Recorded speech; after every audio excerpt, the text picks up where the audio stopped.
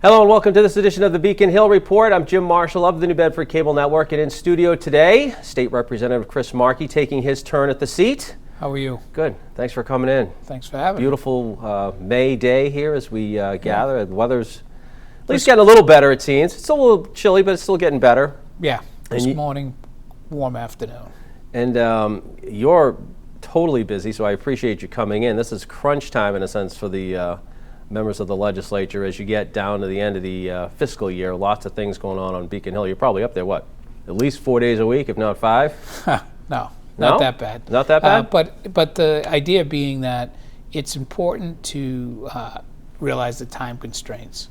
And that's when everything starts to come. And everyone's playing chicken with each other, the Senate and the House and the governor, figuring out what their real priorities are. So that's where we're at, that stage of playing chicken, and where we are with all the bills that we've heard through committee at this late stage in the session. Yeah, because you only got really a month and a half when you look at it. Well, 2.5 months. We got till July 31st. Okay, to get everything done. So, for a big thing for you since we last chatted, I mean, the state budget, the House finished its version. Overall, I guess your assessment of the state budget, I mean, the House budget. No, I think it comes out to being where we should be. Some of the things I would like to rein in a little bit. One of them is the emergency shelter program. I think we need to figure out a better solution to that. One ideal thing would be having the federal government help out, but the other side of it is trying to put some constraints on the front end, not only on the back end, to make sure we're prioritizing the people of Massachusetts who have lived here for a long time and what the law was essentially made for back in the 1980s. Right. I know that Senator Montigny came in last month, and even Chris Hendricks before that, and they were saying the same thing, that the federal government really has to step up because the states are really having to foot the bill. Yeah, it's not only the states, but the local governments are, the schools right. and things like that. There are some communities that have over 150 families there. And we're talking about English language learners and a whole bunch of other issues where we have to invest some money into. A place like Dartmouth, for example, there's not a lot of English language learners.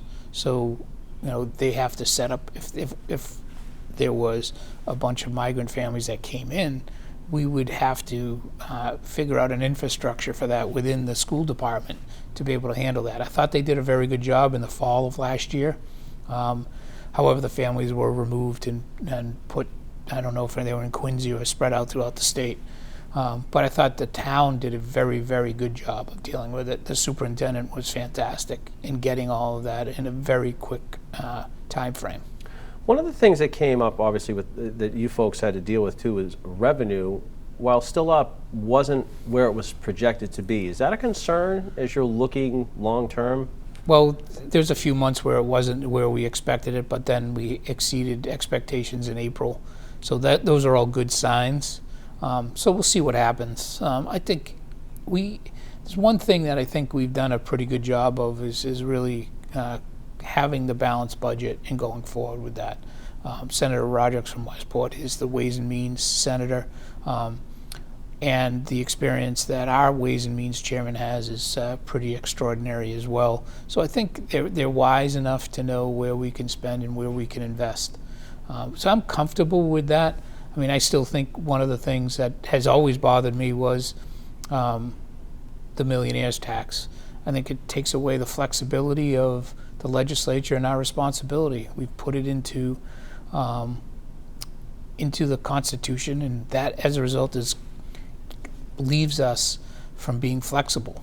I think since COVID, you've seen how flexible we have been with the finances and setting a budget. I think in 2020, we didn't get our final budget till October. And that was a wise move. We didn't know what to expect, and we didn't know what to do. We didn't know what the revenues were going to be, but that flexibility is really, really important. The other thing that's troubling about it is, I think it's a Mass Inc. report about the migration out of Massachusetts. I was just going to say, and follow up with that. If you look at the numbers there, it is really troubling. And I think the governor has tried to address that with the tax cuts of last year. She's done a very good job of realizing that we have people who are leaving the state between 25 and 45. Young people, working people. Who are upper middle class or middle class, and they're leaving the state, and they're the ones who pay a lot of the taxes. So if we have, and then you add in the millionaires tax, and we're going to lose revenues from people who are getting to the retirement age, who've made something of their life, and now they're going to be leaving. And that tax revenue that we've had before might not be there to the degree that we think it's going to be there. The other thing, just to add to that too, I was reading in Commonwealth that the student population, kids aren't going to college either. The amount of kids that are applying that see college at a value is dropping, like 6% or something like that. Well, I think some of the people look at it as colleges are exceeding the return on the investment. Yeah. And that's going to be a troubling thing over the future. But on the other hand, it could be an expression of how well we're doing at the vocational schools. I don't know what it is exactly, but it's something that we should look into.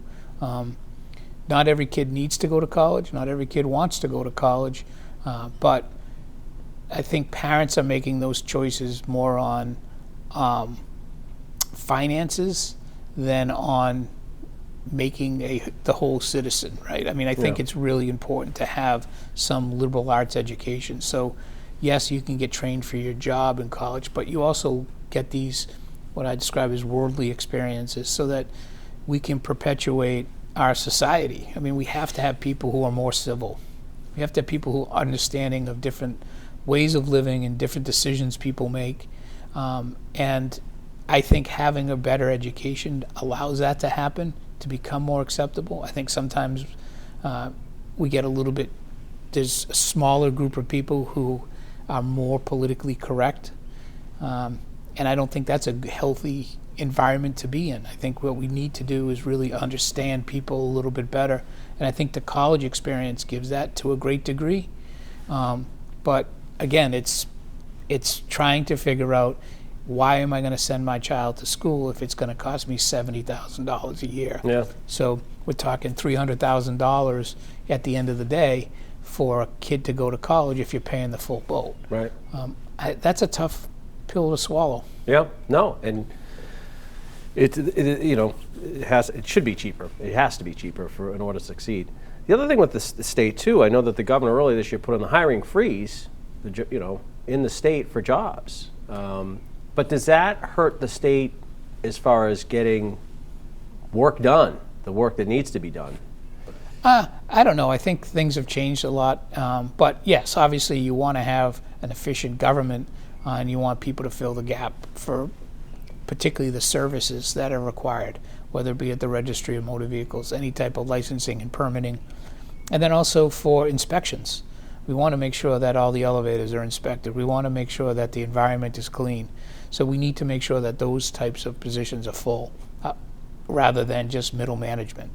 Right.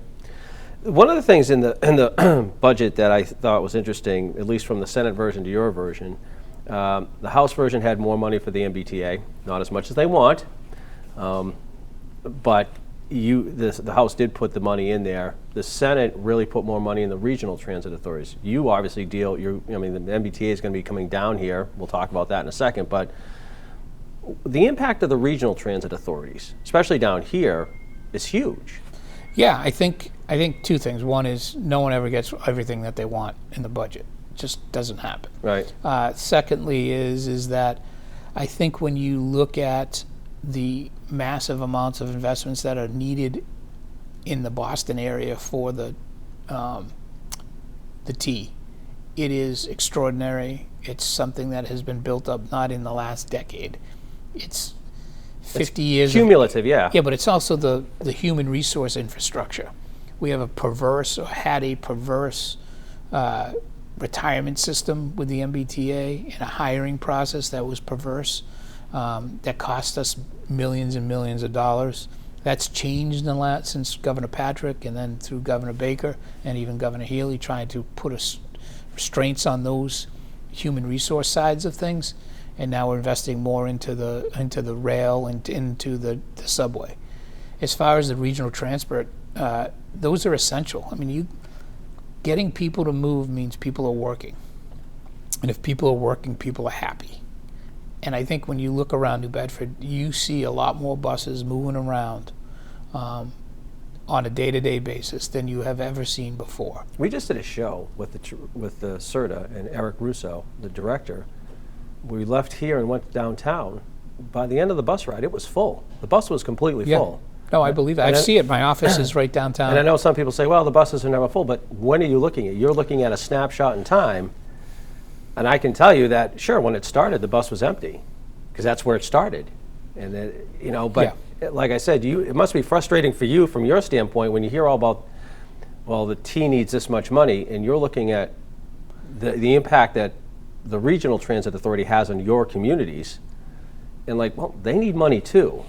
Well, I think a couple of things. One is the regional transport has had the chance to have free ridership, I believe, since January 1st. Yep. That's one thing. I mean, if you can get a ride, I mean, it might not be the most convenient thing, but if you can get a ride for free from one end of the city to the other, or from here to Fall River, that's pretty impressive. And I think that's why you're seeing more people doing it. It makes sense, and if you can keep that going, you're getting people to move. If they're moving, they're either buying something, which means that a business is doing really well, or they're going to work, which means that they're going to have money, they can pay their mortgage, they can save money, maybe move out of a rental property. Those are all the things that are really important to trying to make yourself better and have essentially the government try to make you reach your potential. Or not get in the way of you making your potential. And I think ultimately that's what the government's supposed to do, is to get individuals to reach their potential. And two of the more popular routes, going to UMass Dartmouth and BCC, he said, those are for a lot of kids, a lot of people, not just kids. That's their only way to get to school. Yeah. And again, that's an investment in someone's future that they're doing, and they're making themselves better. Whether it be going to BCC for a dental hygienist, or for working on some wind turbines out in the ocean, or whether it be getting your master's degree or an undergraduate degree from UMass Dartmouth. Those things are essential. Right. One of the issues too that I guess is coming up, and I didn't really know this is a big thing, but the state lottery online edition. I know the House has been putting it in. The Senate isn't a big thing. Has there been I really haven't heard a demand for state. Well, I'm kind of agnostic on that. I don't know if I'm not a big fan of the lottery, because I think it's merely a tax on poorer people, and I don't really like that idea. I mean, if it's not like guys who own big companies are coming in and scratching tickets at Cumberland Farms. Right. It's people with this hope that, hey, maybe I can make an extra $150, $200, $300, but they're spending $400. I'm just not a big fan of it, but I'm not a big fan of the online gambling. I think it's for our kids. I'm petrified of it as they get older, and I'm petrified how easy it is to be gambling on sports, where it's not the healthiest thing in the world to do. I didn't know there was a demand for online state lottery. Oh yeah, to be honest. I mean, I think they see it as the convenience of it and the opportunity to raise more money, and the convenience thing is really competing with the sports gambling. Yeah. So we talked about, we just add a little bit to the shelter and right to shelter, as you touched upon briefly. Has there been a plan developed, do you think? I mean, you're going through the budget now, but where do we stand on it right now? So I think Governor Healy rightfully looked into the idea of using the National Guard, much in the same template that Governor Baker did during COVID, where this was a mass amount of people coming in.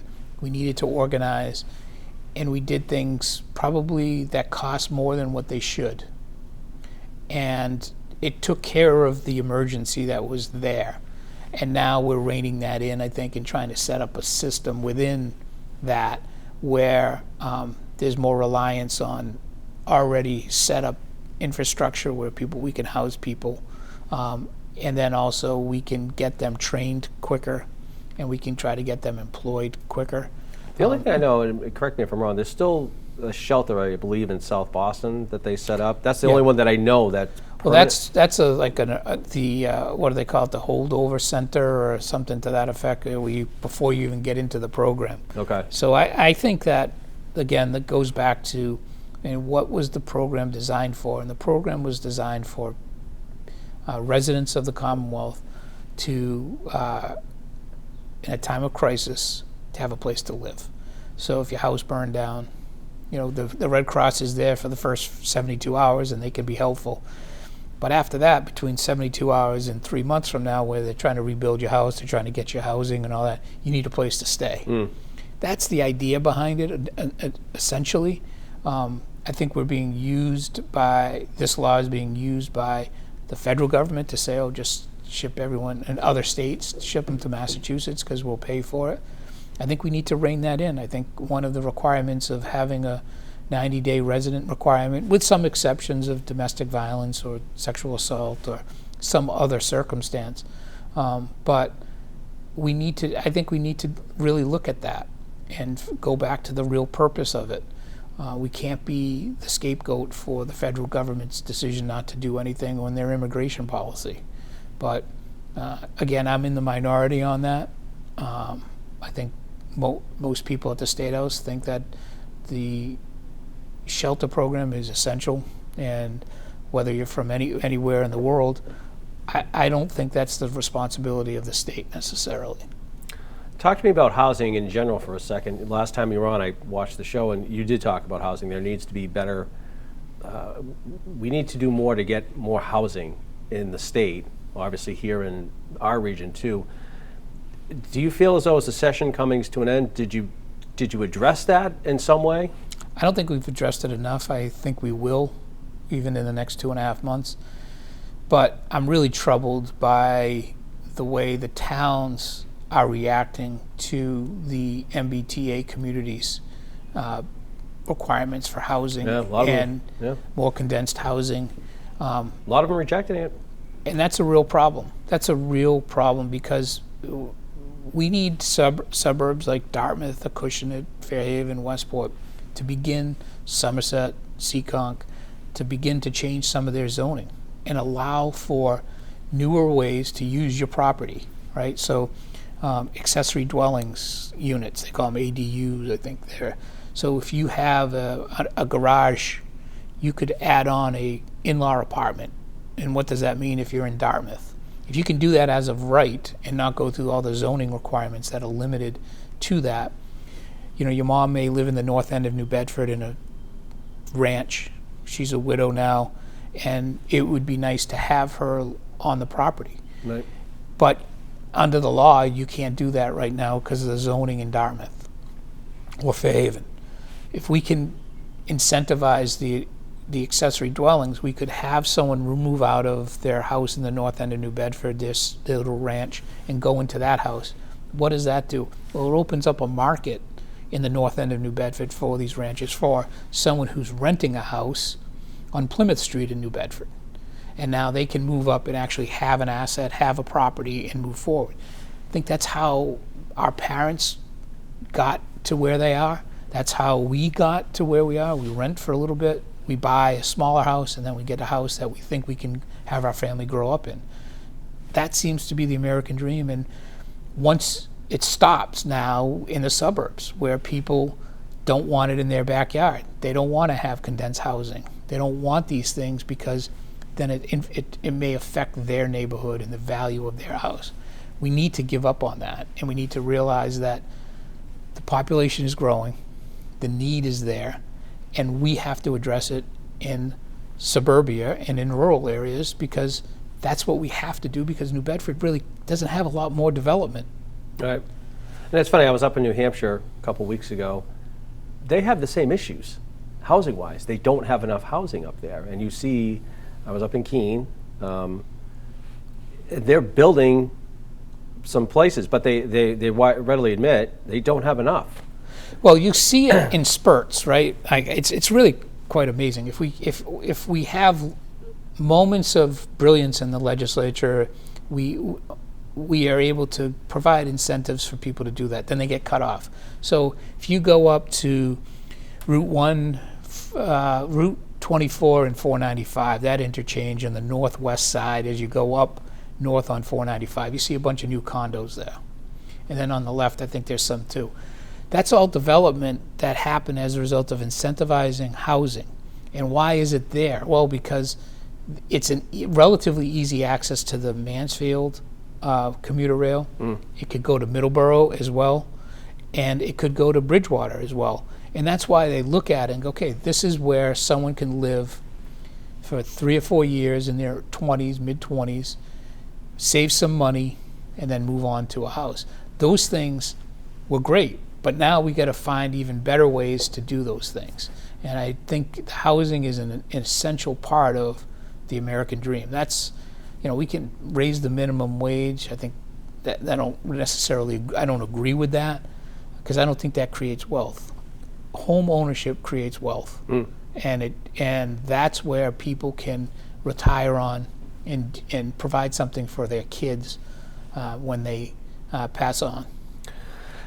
Turn our attention to something local here. A couple of things. First, State Pier. I know there was a hearing on the future of State Pier, the future use of State Pier.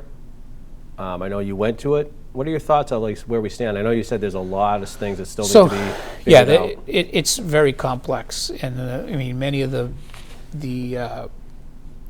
bidders have overlapping areas of the property that they want to use.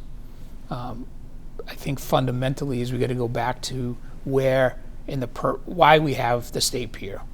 This State Pier is in Gloucester, Plymouth, New Bedford, and Fall River. And the Gloucester one is pretty much exclusively a huge building that's used for fishing and other things. Plymouth is a small, very small pier, much like the Mattapoisett Town Wharf.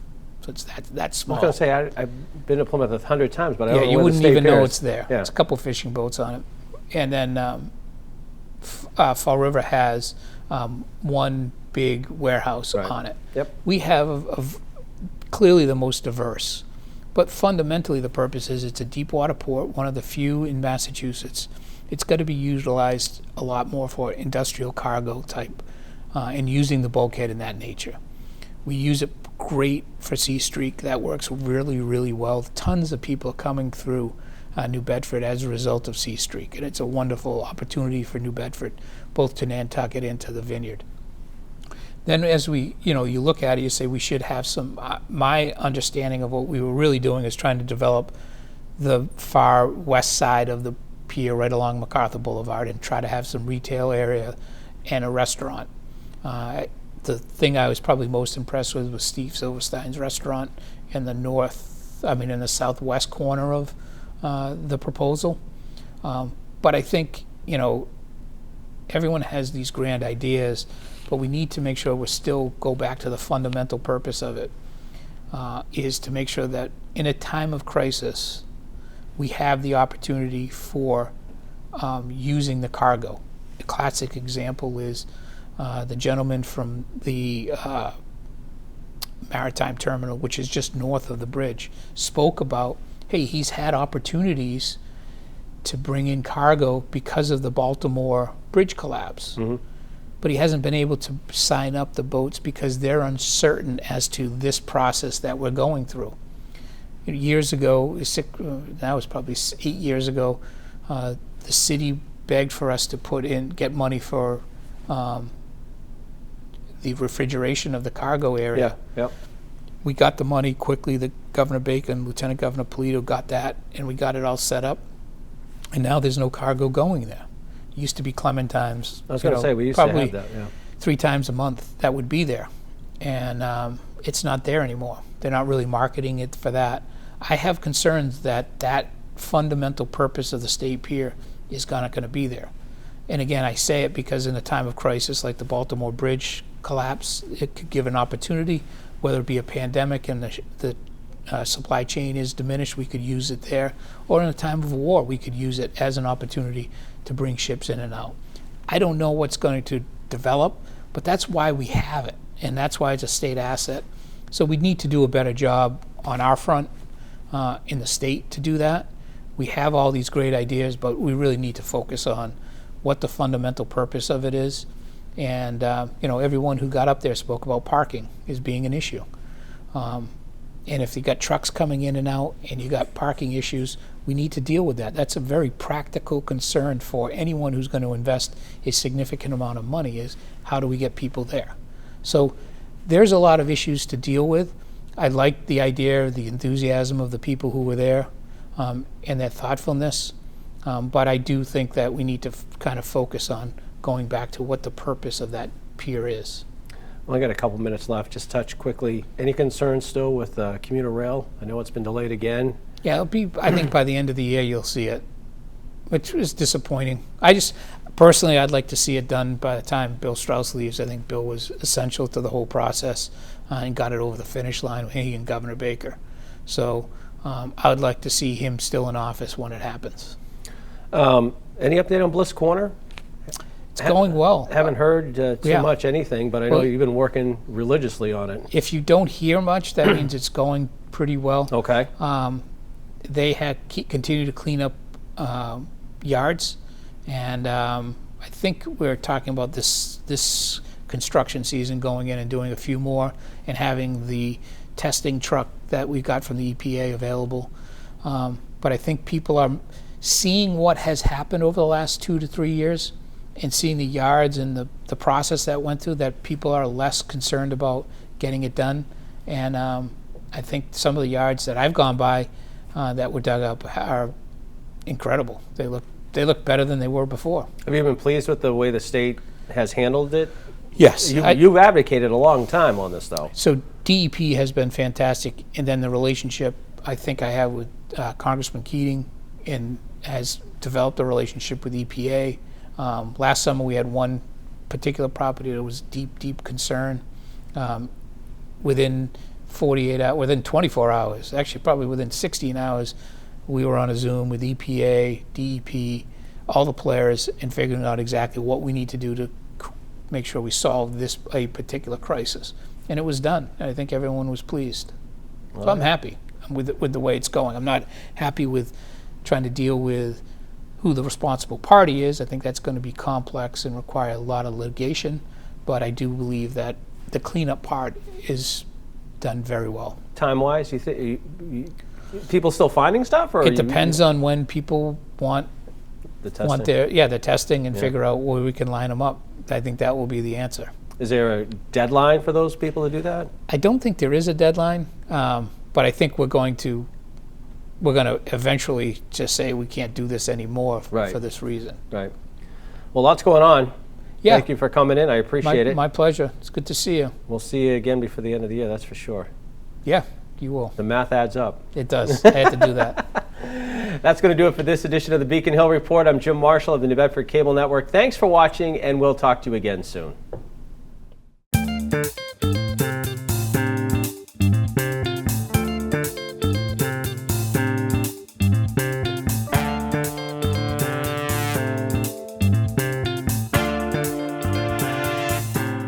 When I was in foster care, I never knew when I would have to move, so I always had my suitcase ready to go. Then one day, I was adopted. My new parents opened their hearts and home to me. My parents cook my favorite breakfast for me every morning. My parents take me on trips I never thought I would go on. They gave me a home and an even better reason to use that suitcase. My parents aren't perfect, but they're perfect for me.